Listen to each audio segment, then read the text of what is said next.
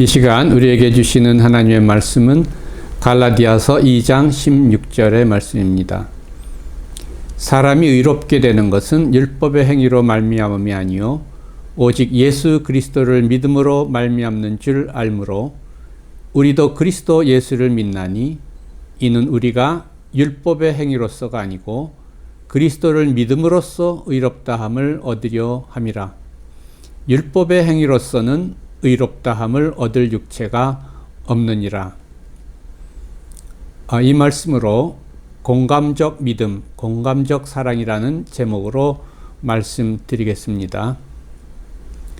사람들은 대체로 자기가 어떤 객관적 사실을 믿는다고 생각하지만 사실은 믿고 싶은 것을 믿는 경향이 강합니다. 사실, 팩트에 근거해서 믿음을 갖는 것이 아니라 자기가 그럴 것이라고 믿는 바를 사실로 확신하는 경향이 있습니다. 매스컴에서 보도되는 어떤 사건들, 예를 들면 천안함 사건, 세월호 사건, 후쿠시마 오염수 문제, 그리고 사드 전자파 문제 같은 그러한 사건들에 대한 사람들의 판단은 서로 다릅니다. 어떤 판단을 하든지 간에 객관적 사실에 근거한 판단이 아니라 자신의 믿음에 근거한 판단을 하는 경우가 많이 있습니다. 자신의 견해나 주장에 도움이 되는 정보만 선택적으로 취하고 자신이 믿고 싶지 않은 정보는 의도적으로 외면하는 성향을 확증 편향이라고 부릅니다. 신자들의 믿음도 확증 편향과 유사한 것이 될 위험이 있습니다. 믿음이 확증 편향과 같은 것이 될 때에 그 믿음은 심리적 투사나 환상과 구별될 수 없게 됩니다. 우리는 우리 자신의 믿음이 확증 편향과 같은 것은 아닌지 늘 돌아보고 살펴보아야 합니다. 예수님 당시의 사람들은 자신들이 기대하던 메시아상을 가지고 예수님께 나왔습니다. 그들은 예수님을 향해 자신들의 구원론적 기대를 투사했습니다. 대체로 그들은 예수님을 이스라엘을 정치적으로 해방할 다윗과 같은 왕, 메시아로 믿고 따랐습니다. 그러다가 그러한 기대가 실망으로 바뀌자 하나둘씩 예수님을 떠나게 됩니다. 많은 사람들이 예수님을 떠나는 상황에서 예수님은 제자들에게 이렇게 말씀하십니다. 너희도 가려느냐? 가룟 유다는 예수님에 대한 자신의 기대가 실망으로 바뀌자 예수님을 배반하고 대적자들에게 팔아 넘겼습니다. 오늘날 신자들은 과연 얼마나 다릅니까? 오늘날도 자신의 구원론적 기대와 소원을 투사하여 만든 하나님을 믿는 사람들이 얼마나 많이 있습니까? 무신론 철학자 포에르바하는 신학은 인간학이라고 주장했습니다. 다시 말하면 사람들은 곤경 속에서 자신의 소원을 투사해서 만들어낸 하나님을 믿는다는 것입니다. 전능한 구원자로서의 하나님 개념은 전능한 절대자의 구원을 필요로 하는 인간의 곤경을 반증한다는 것입니다. 이런 의미에서 그는 신학은 인간학이라고 주장했습니다. 정신분석학자 리주터는 자기감과 하나님 이미지의 상응을 이렇게 표현했습니다. 자신의 품에 있는 애완의 하나님을 갖지 않고 하나님의 집에 들어오는 어린이는 없다. 신자들 가운데 아무도 자신의 품에 있는 하나님을 갖고 교회에 가는 사람이 없다고 말할 수 있겠습니까? 아니, 자신의 품에 있는 하나님을 전혀 갖지 않고 교회에 가는 신자가 과연 있는 것입니까? 예수님은 기독교 신앙의 토대요 시금석입니다. 그러나 예수님에 대해 우리가 가지고 있는 믿음 자체가 그분에게 투사된 구원론적 기대와 욕구라면 우리는 어떻게 예수님이 우리가 가진 믿음의 토대요 시금석이라고 말할 수 있겠습니까? 오늘날 젊은 세대들의 믿음의 특징 가운데 하나는 예수님께 감상적인 감정을 투사한다는 데 있습니다. 오늘날 교회 안에서 대중화된 CCM의 상당수는 예수님에 대한 감상적인 믿음을 표현합니다.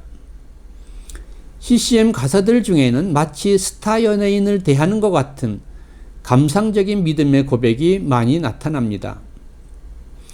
이러한 종류의 감성적인 노래들이 과연 갈릴리의 마을들을 다니면서 하나님 나라 복음을 전했던 예수님의 모습, 그리고 종교 정치 지도자들과의 충돌 끝에 마침내 십자가 죽임을 당했던 예수님의 역사적 현실을 얼마나 담아낼 수 있는지 의심스러울 때가 많이 있습니다.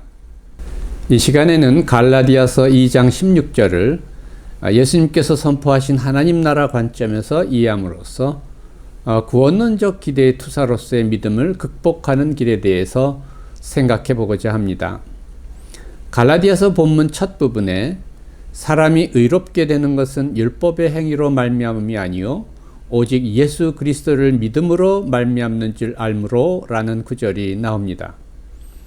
이 구절에서 우리말로 예수 그리스도를 믿음이라고 번역된 헬라어 원문 피스티스 크리스투를 어떻게 이해해야 하는가 하는 것이 신학자들의 논쟁의 주제가 됩니다. 이 헬라어 표현에서 크리스투를 목적어격 속격으로 해석해서 그리스도를 믿음의 대상으로 보고 피스티스 크리스투를 그리스도를 믿는 믿음으로 해석하는 것도 가능하고, 이와 달리 크리스투를 주어적 속격으로 해석해서 그리스도를 믿음의 주체로 보고 피스티스 크리스투를 그리스도의 믿음으로 해석하는 것도 모두 문법적으로 가능합니다. 그리고 여기서 피스티스란 믿음 또는 신실함, faithfulness를 의미합니다. 신실함이란 믿음과 순종의 행위가 하나가 되는 것, 또 믿음의 순종 또는 순종하는 믿음을 의미합니다.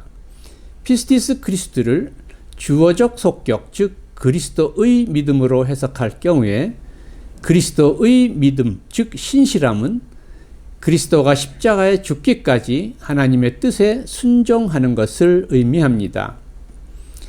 그리고 이어서 바울은 우리도 그리스도 예수를 믿나니라고 말씀합니다.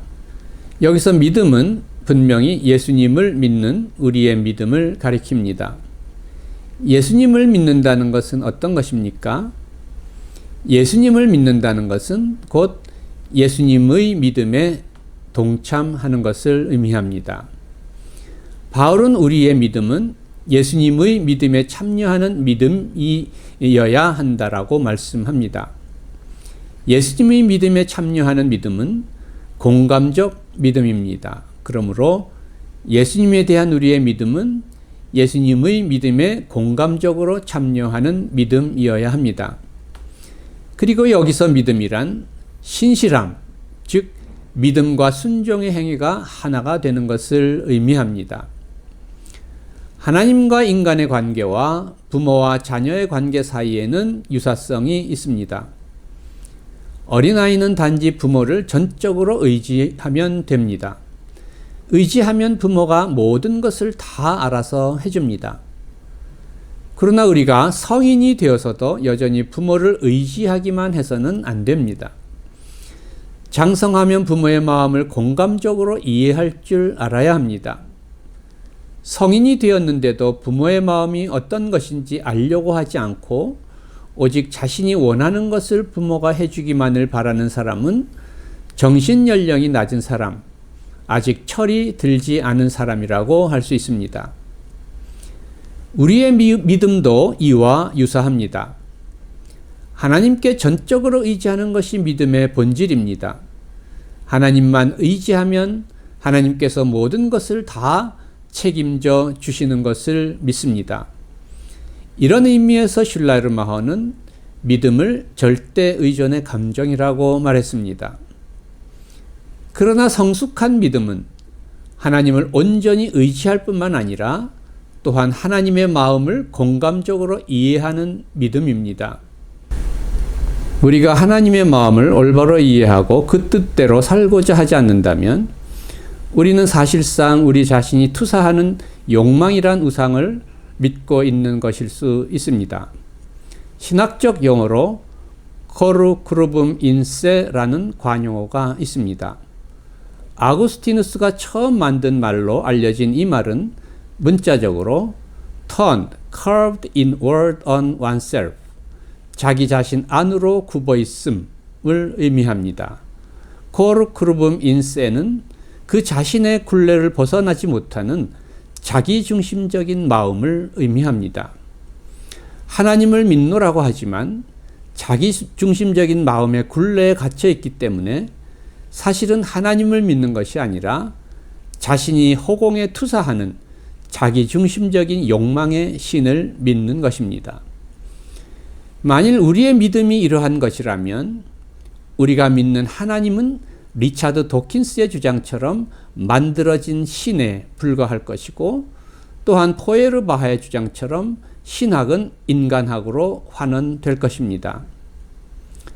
참된 믿음은 자기중심적인 소원을 하나님께 투사하는 것이 아니라 하나님이 비춰주시는 빛을 통해 자신과 세상을 보는 것입니다. 그러므로 시편 저자는 시편 36편 9절에서 주의 광명 중에 우리가 광명을 보리이다 라고 말씀합니다. 참된 믿음은 사무엘처럼 말씀하옵소서 주의 종이 듣겠나이다 라고 하면서 겸손히 하나님의 음성에 귀를 기울이는 것입니다. 참된 믿음은 자기중심적인 자아의 굴레를 벗어나 하나님의 음성을 듣고 하나님의 마음을 공감적으로 이해하고 그 뜻에 순종하는 것입니다. 이것은 단지 우리 자신의 의지만으로 되는 것은 아닙니다. 공감적 이해로서의 참된 믿음은 성령의 도우심을 통해서만 우리 안에 생겨납니다. 그러므로 우리는 늘 겸손히 성령의 도우심을 구해야 합니다. 존 칼빈은 그리스도인의 목표가 성령 안에서 예수 그리스도와 신비한 연합을 경험하는 것이라고 말했습니다. 그러나 예수 그리스도와의 연합은 단지 신비주의적인 연합의 체험을 의미하는 것은 아닙니다. 진정한 예수 그리스도와의 연합은 예수님의 믿음을 공감적으로 이해하고 갈릴리에서 예루살렘에 이르는 그분의 삶의 이야기에 동참하는 것을 의미합니다. 그리스도인의 궁극적인 목표는 예수님의 믿음에 공감하는 믿음을 가지고 예수님처럼 신실하게 하나님께 죽기까지 순종함으로써 예수님의 부활에 또한 동참하는 것에 있습니다. 그렇다면 우리가 공감적으로 참여해야 할 예수님의 믿음이란 과연 어떤 것입니까? 그것은 하나님께서 통치하시는 하나님 나라에 대한 비전에 있습니다. 예수님은 하나님께서 자신을 하나님 나라의 구현을 위해 이 땅에 보내셨다는 믿음을 가지고 그 믿음을 위해 온전히 헌신하셨습니다. 예수님에게 있어서 믿음과 순종은 하나입니다. 예수님의 믿음은 하나님의 뜻을 이루기 위해 죽기까지 순종하는 신실한 믿음이었습니다. 그러므로 바울은 예수님의 구원 사역을 한마디로 순종으로 표현했습니다. 한 사람의 순종치 아니함으로 많은 사람이 죄인 된 것 같이 한 사람의 순종하심으로 많은 사람이 의인이 되리라고 바울은 로마서 5장 19절에서 말씀합니다. 예수님을 주님으로 고백한다는 것은 예수님을 하나님 나라의 왕과 통치자로 인정하는 것을 의미합니다. 이 믿음의 고백은 우리가 그분의 통치권에 순종하고 이 세상에서 하나님 나라의 질서를 따라 살겠다는 서약을 포함합니다. 다시 말하면 예수님을 주님으로 믿는 것은 예수님의 믿음, 즉 하나님 나라의 비전에 공감적으로 동참하며 그 나라의 통치자이신 그분의 뜻에 순종하겠다는 서약을 전제합니다. 그러므로 믿음은 단순히 입으로만의 고백이 아니라 예수님의 뜻에 순종하는 삶으로 나타나야 합니다. 참된 믿음은 순종하는 믿음으로써 신실한 삶을 포함합니다.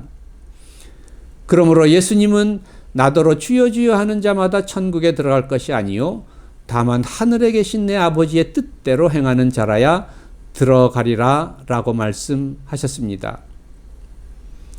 예수님의 믿음, 즉 하나님 나라의 비전에 공감하고 그 믿음에 참여하는 것, 그리고 세상적인 가치관과 삶의 방식을 떠나 그 나라의 가치관과 삶의 방식을 쫓아 사는 것, 이것이 바로 하나님께서 기뻐하시는 신실한 믿음입니다.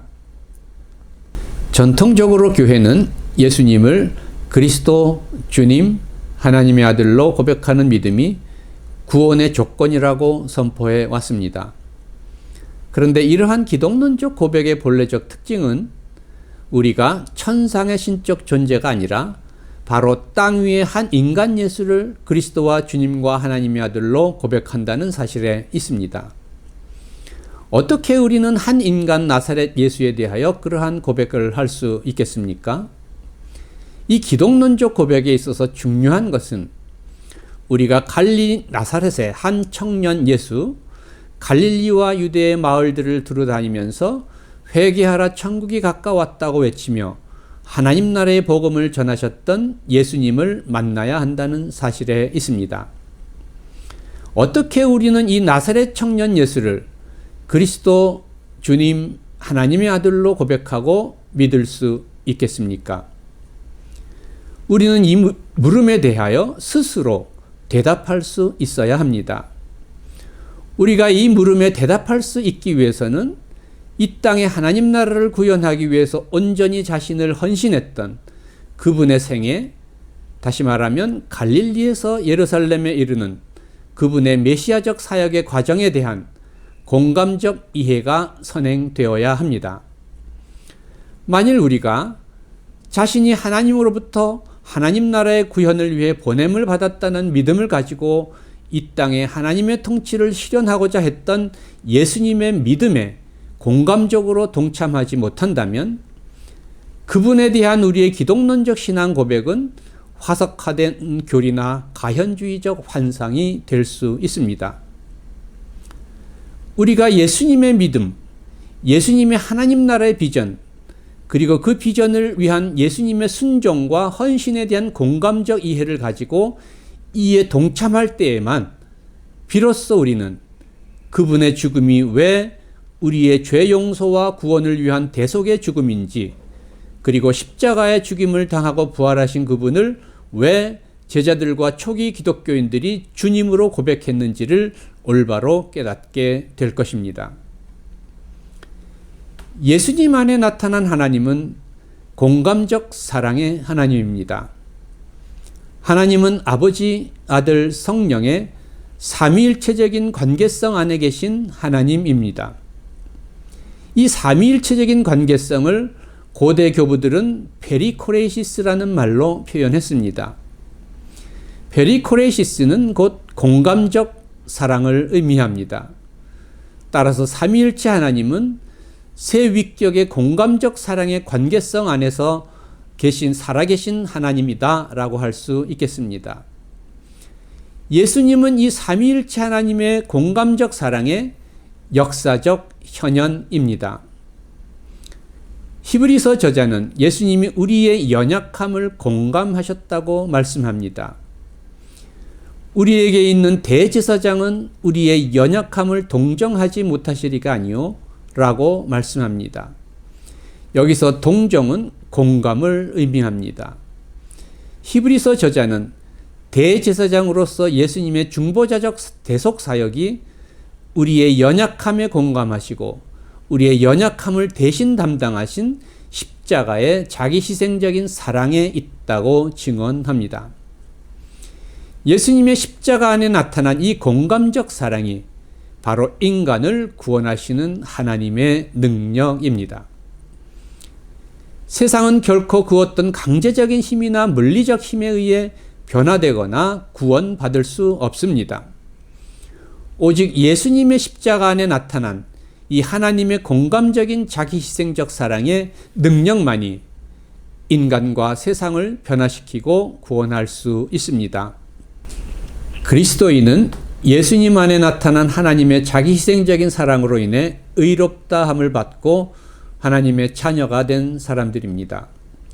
또한 그리스도인은 그러한 사랑을 이 세상에서 실천하도록 부르심을 받은 사람들입니다. 예수님의 믿음, 그분의 하나님 나라의 비전에 참여하는 공감적인 믿음을 가지고 이 세상에서 공감적 사랑을 실천하는 신실한 그리스도인들이 이 세상의 희망입니다.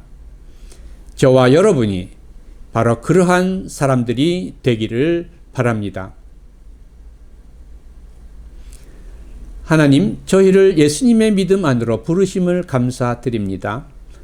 저희가 예수님의 하나님 나라 비전에 대한 공감적 믿음을 가지고 이 세상에서 공감적 사랑을 실천하는 신실한 하나님 나라의 일꾼들이 되게 하여 주시옵소서.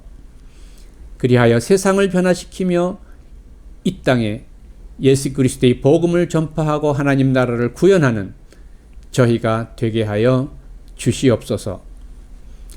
예수님의 이름으로 기도드립니다. 아멘.